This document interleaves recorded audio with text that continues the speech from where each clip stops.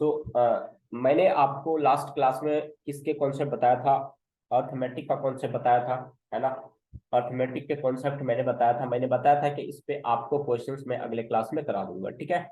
चलिए, तो इस पे एक क्वेश्चन करते हैं। मान लीजिए मैंने आपको दिया क्वेश्चन 5 + 7 + 9 + 13 + 15 + 17 + 19, इसको आपको ऐड करना है ना। इसको आपको क्या करना है? ऐड करना है ना। तो मैंने आपको देखिए ये एपी में है, देखते ही आपको समझ में आ गया ये एपी में है। यस सर, 5 7 2 7 9 2 9 11 2 11 13 2 13 15 2 15 17 2 17 19 2, समझ गए। तो अब आपको यहाँ पर आपको क्लियर है कि सर कॉमन डिफरेंस क्या है? 2 है। फर्स्ट टर्म क्या है इस एपी का बताइए? फर्स्ट टर्म क्या है आपका? 5 है। nth टर्म क्या है? लास्ट टर्म क्या है? 19 है ना। तो ए एन आपके पास क्या हो गया? 19। अब देखिए इसको दो फॉर्मूला में बताया था, किसी फॉर्मूला का यूज कर लीजिए। तो मैं पहले फॉर्मूला से आपको पहले सिखा देता हूँ। तो एस एन, तो एन आपको निकालना पड़ेगा। तो अभी तो आप डायरेक्ट काउंट करके बता दीजिएगा 1 2 3 4 5 6 7 8। एन क्या है? 8 है।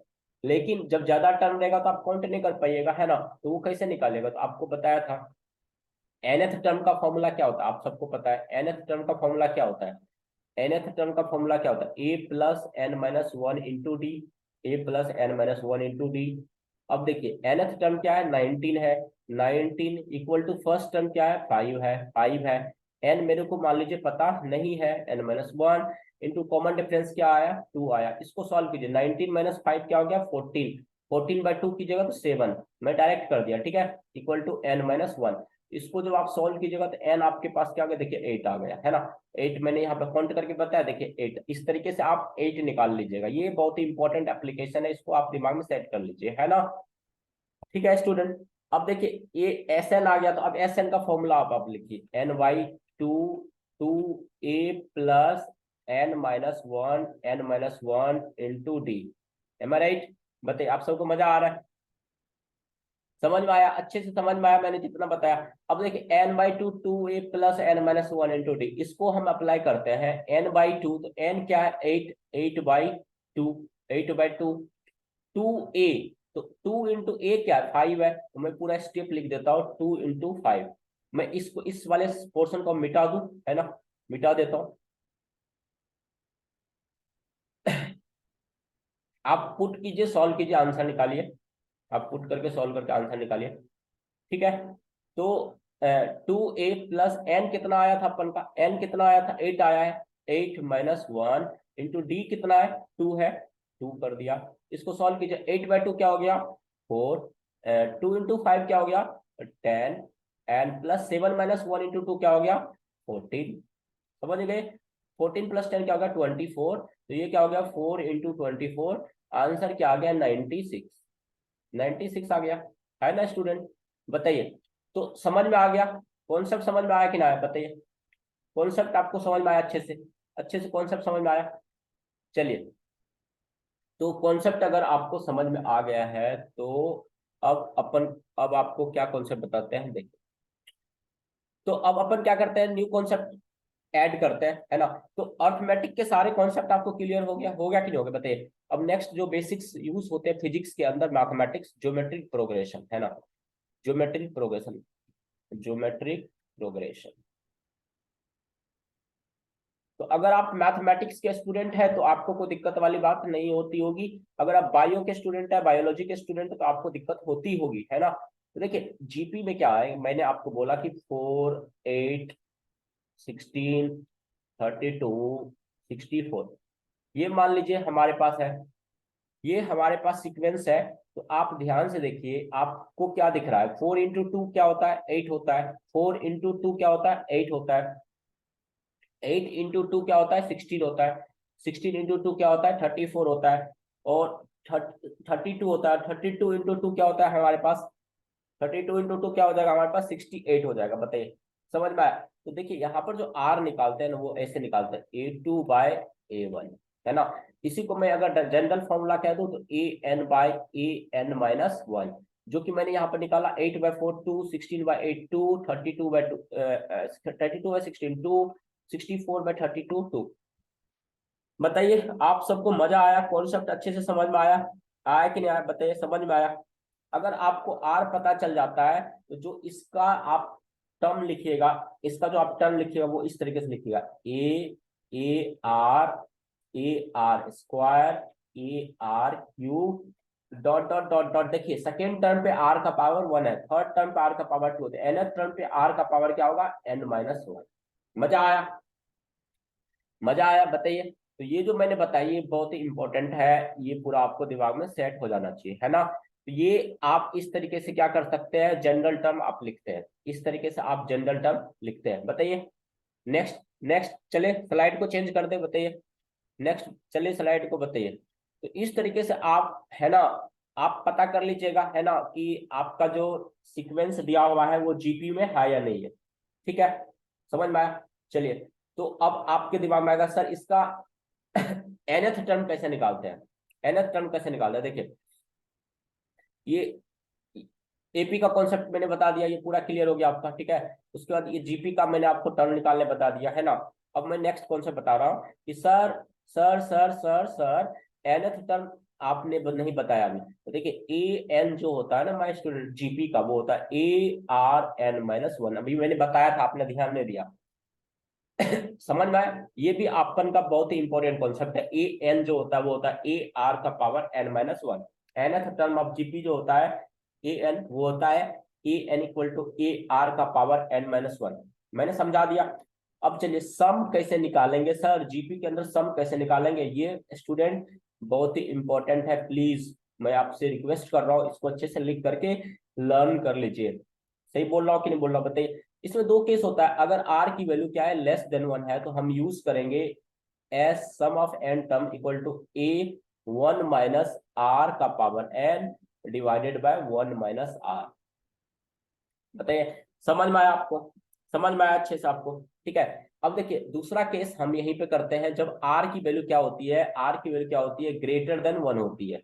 आर की वैल्यू क्या होती है, ग्रेटर देन 1 होती है। तो जो सम के लिए हम यूज करेंगे फॉर्मूला, सम के लिए यूज करेंगे फॉर्मूला, वो हो जाएगा ARn का पावर माइनस R⁴ और ये माइनस इधर है ना, -1 डिवाइडेड बाय R-1। बताइए मजा आया। दोस्तों ये जो है ना one of the important formula है, अगर आप समझ पा रहे हो तो ये जो है ना आपका one of the important formula है। बताइए कॉन्सेप्ट समझ में आया।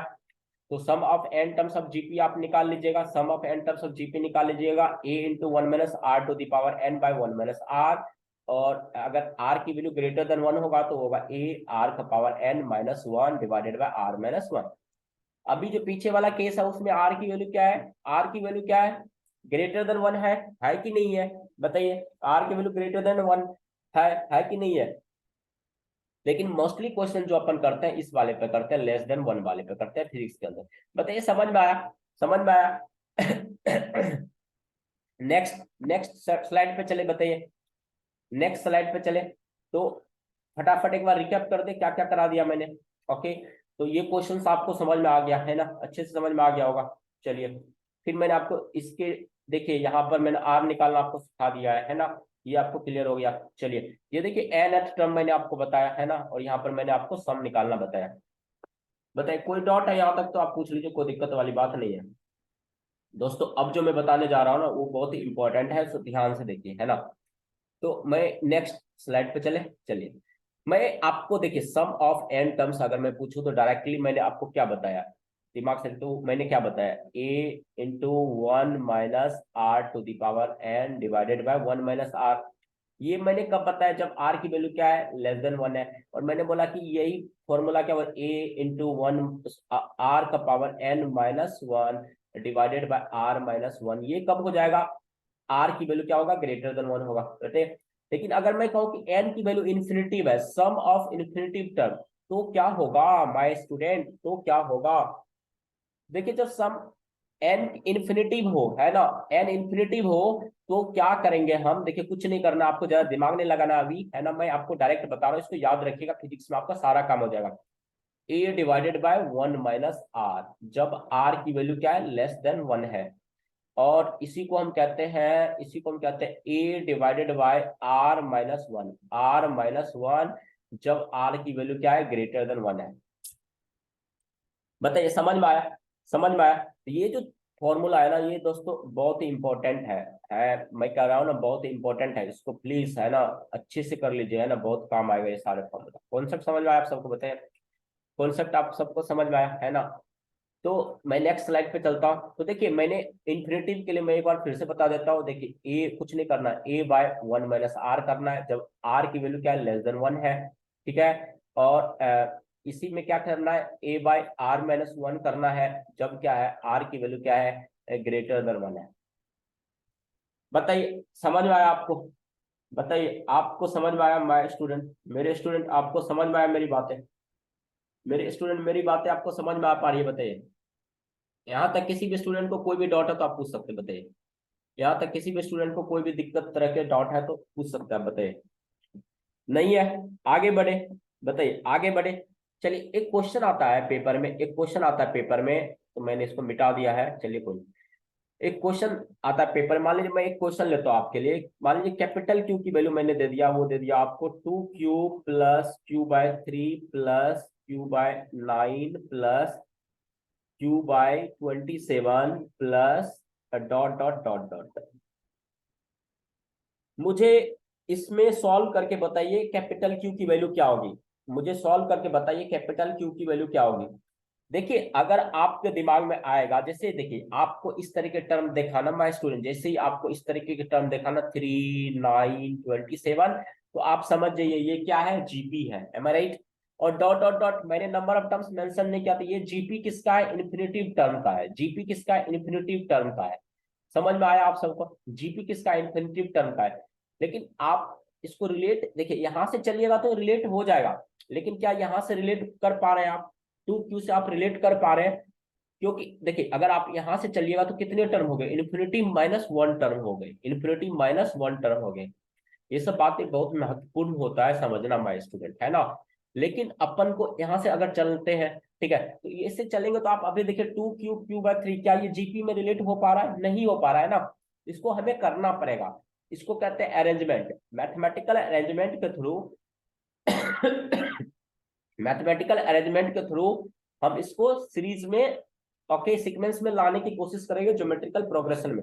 वो कैसे होगा माय स्टूडेंट, ध्यान से देखिए। अगर मैं कहूँ q इक्वल टू, आप लिख दीजिए q+q+q/3 plus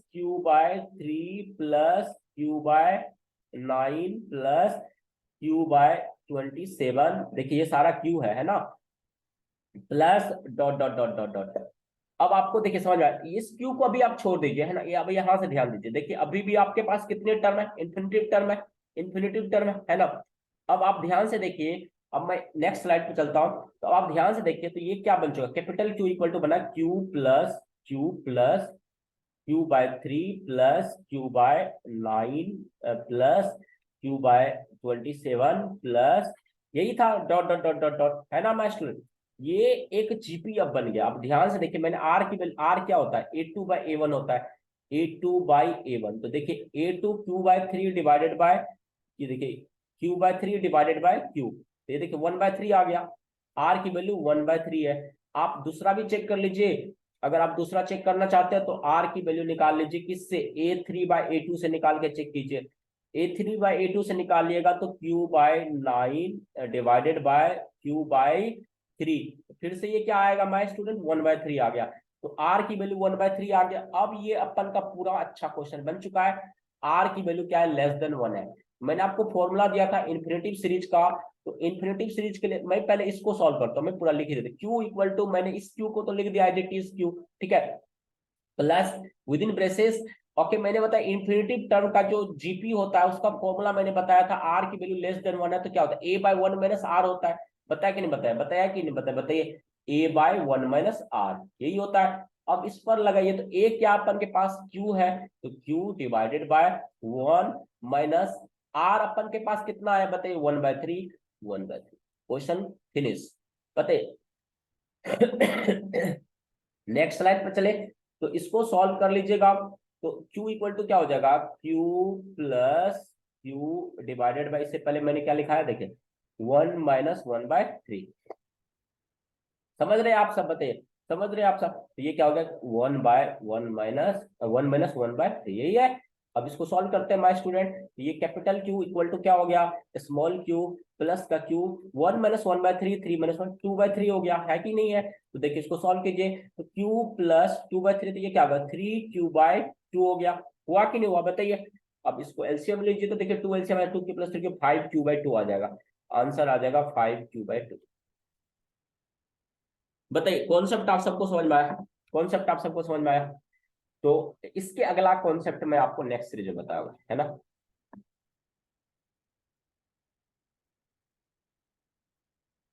okay, thank you.